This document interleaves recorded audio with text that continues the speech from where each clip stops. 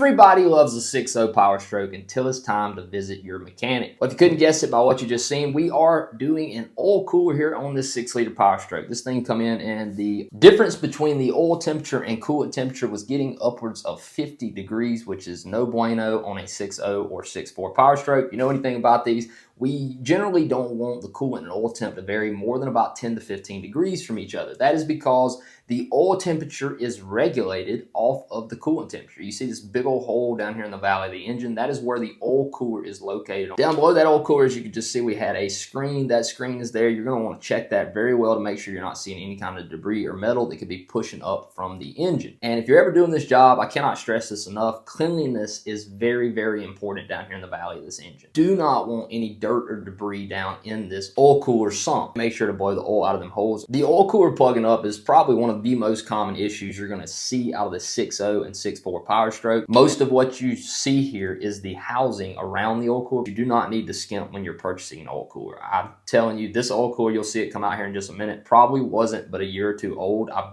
bet you it probably didn't have 10,000 miles on it, and it was already plugged up. Everything else you're seeing there is just the housing for how it flows the oil and coolant around through this thing. A lot of these problems come back to maintenance in the in run. I would say at least every 30 to 50,000 miles on a 6.0 and 6.4, you should be changing your coolant. Probably a little further than that, I would actually be exchanging that old gold coolant for yellow at this point in time, because the gold coolant was a lot of the reason why you had to change them so much. It just wasn't a very good coolant. If you're taking your 6-liter into the shop to have this repair done, you're probably expecting to spend somewhere between $2,500 and $3,500. Now, unfortunately, if you have a 6.4-liter PowerStroke, that price is probably going to go up substantially. The 6-liter PowerStroke overall is one of my favorite diesel engines that Ford has put in their trucks.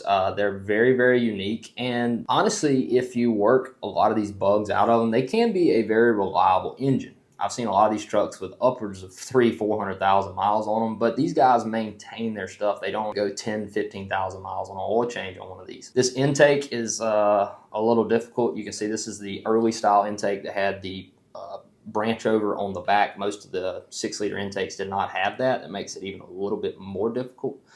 After a good bit of fight, I finally got that thing wrapped up in there. When you get done one of these oil cooler jobs, you're going to have to spin this thing for a very, very, very long time to get it to crank. Bye-bye, batteries!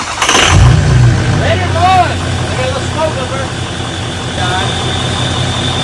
over. So we did all that work in this 6-liter PowerStroke, got it running to the best of its capabilities, and it still got walled by this 2019 Duramax. Oh my God, man.